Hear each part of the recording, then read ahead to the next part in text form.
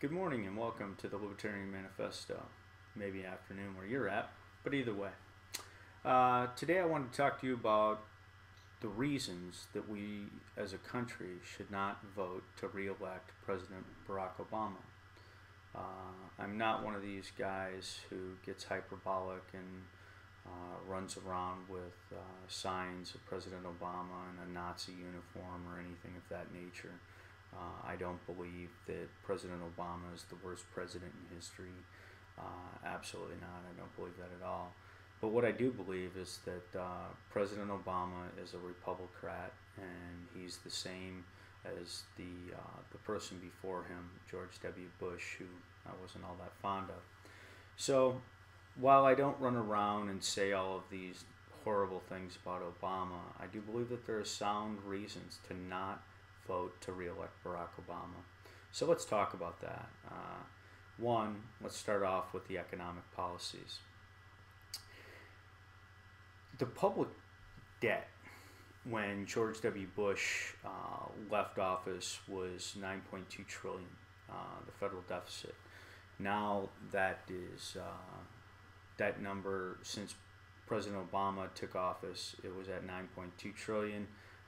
Within the first 4 years, he has raised that to 15.2 trillion. So President Bush, during the course of 8 years, raised the national debt and national deficit by $3.5 trillion. It started out at 5.7 trillion. It ended at 9.2 trillion. President Barack Obama takes over in 2008. The debt sits at 9.2 trillion, and now within a period of 4 years, that debt is now at 15.2 trillion. So George Bush raised it 3.5 trillion in the course of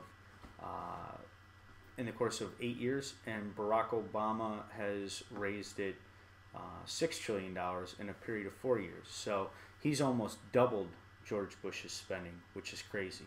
I don't support the economic policies of George W. Bush either, in case you're wondering. The other thing is the bailouts themselves. The bailouts started in the Bush administration, carried over into the Obama administration. This should be a clear signal to the American people that there is no difference between these parties, but unfortunately a lot of people haven't picked up on that yet. President Obama also signed the bill to raise the debt ceiling so that we can continue this irresponsible spending. As it stands right now, the government, on average, borrows 40% more than it makes every year. So we're spending 40% more, and that is something that is not sustainable. President Barack Obama has been spending at an incredible rate, and that is definitely not sustainable. Now, what is the impact of this debt? And the honest truth is that this debt is now at a level that we could never pay back. There will never be the political will to pay this money back, and we know that. So what we will do is we will print more money. That sounds a little bit odd, but history tells me that I am right. So during the course of President Obama's administration, we've printed over $1 trillion and ejected that money into the economy. Now let's talk about what happens to that money. That money is then given to the banks, the Federal Reserve banks, and those banks then lend that money out, and they leverage that at 9 times. So if they have $100 in their vaults, they will lend out $1,000. So, and then on top of them lending out 9 times what they have, they also charge interest on that. So this economic system is really perpetuating a transfer of wealth from the poor and shrinking middle class to the wealthiest bankers and the financial elite of the world. And they're doing that through a hidden tax called inflation. When President Obama printed up $1 trillion, what happened is your dollar became less, worth less. Your paycheck became less, and you didn't even know it. Your 401k became worth less, and you didn't know it. And this again is a hidden tax called inflation. It's a very clever way to disguise from the people what's actually being done.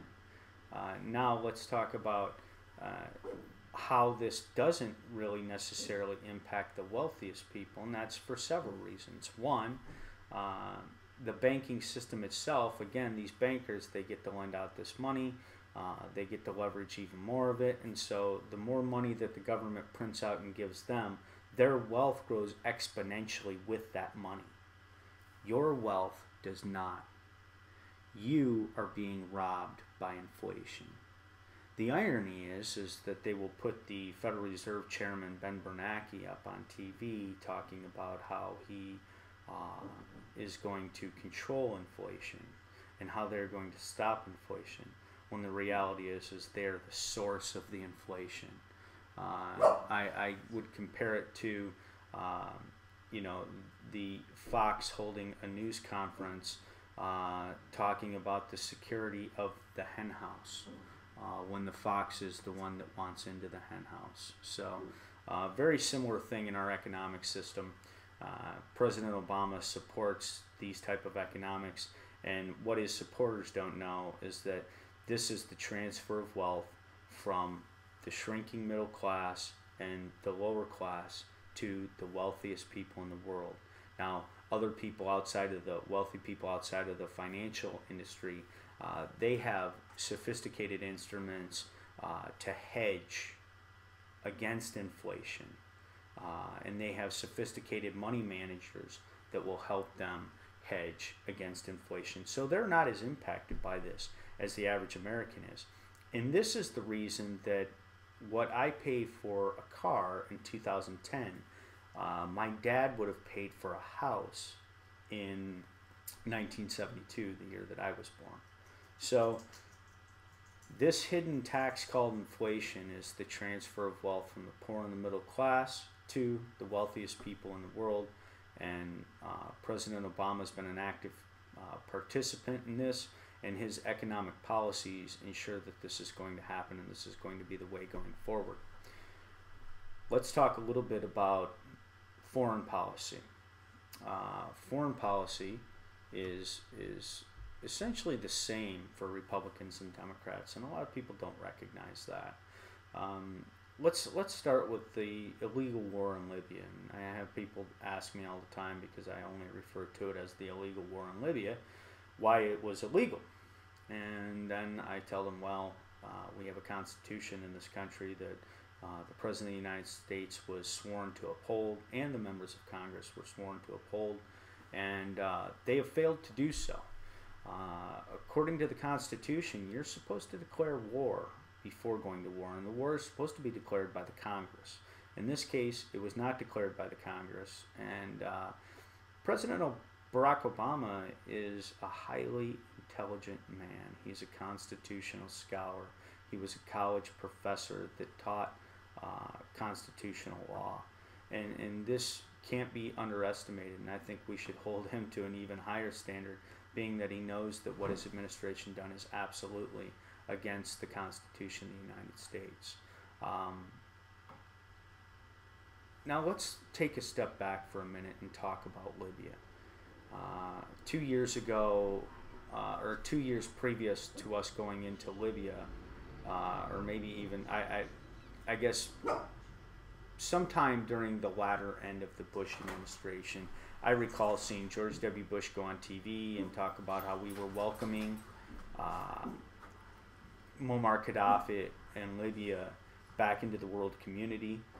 Muammar Gaddafi had surrendered his chemical weapons programs. He had destroyed them. He had shut them down, whatever. He had apologized for the Lockerbie bombing, and George W. Bush cited this as a success to his foreign policy. So 2 years before Barack Obama takes presidential office, he is being, when I say he, I mean Muammar Gaddafi is being welcomed back into the world community. And now all of a sudden, a couple of years later, this guy is a huge threat. He's a tyrant, maniacal leader. He's oppressive to his people, and on down the line. Now, if you look at the historical facts, he was this way for the past 35 years. I mean, he took over in a military coup. So I don't understand how he went from being welcomed back into the world community to all of a sudden he's a tyrannical leader that must be done away with and must be taken out of power, and we must save the Libyan people.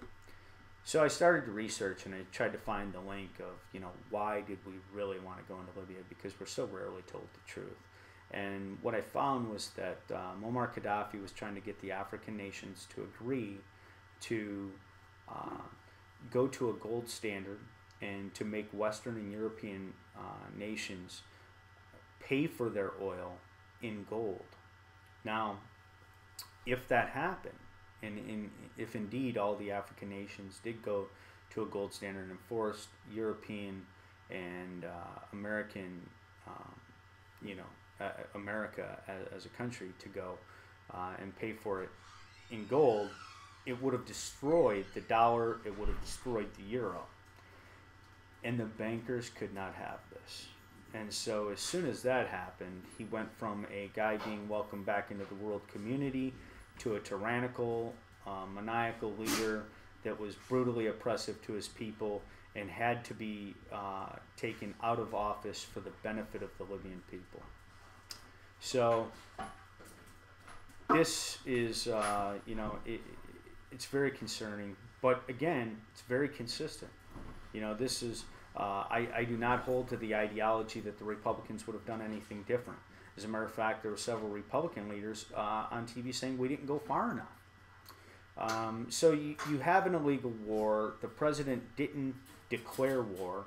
We went in for nefarious purposes, and now, and then at that, he lied during the course of that war to say that there were no boots on the ground. And the reality is there were boots on the ground. There were special forces there to paint targets and to do things of that nature, so that our planes knew what to target. And that was a lie.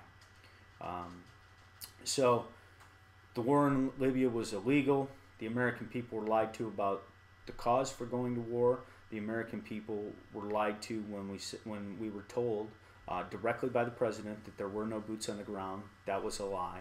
And I don't like being lied to. So the next thing I look at is this war, or the war that seems to be brewing with Iran. And I'm hearing a lot of the same things that I heard about Iraq. They're trying to build a nuclear weapon. Well, Iraq was trying to buy yellow cake uranium from African nations. Well, at least that's what the government told us. It just so happens that that was proved to be an absolute lie. But even though it was proved to be an absolute lie, we still went in front of the United Nations and used that as a justification to go to war with Iraq. Now, do I want to see Iran be a nuclear nation? No, I do not want to see proliferation of nuclear weapons to any countries, especially countries that are run by religious lunatics, and that's the case in Iran. But what I will say about Iran is this. Iran is a very advanced culture. They were practicing advanced mathematics while Europeans were running around in caves.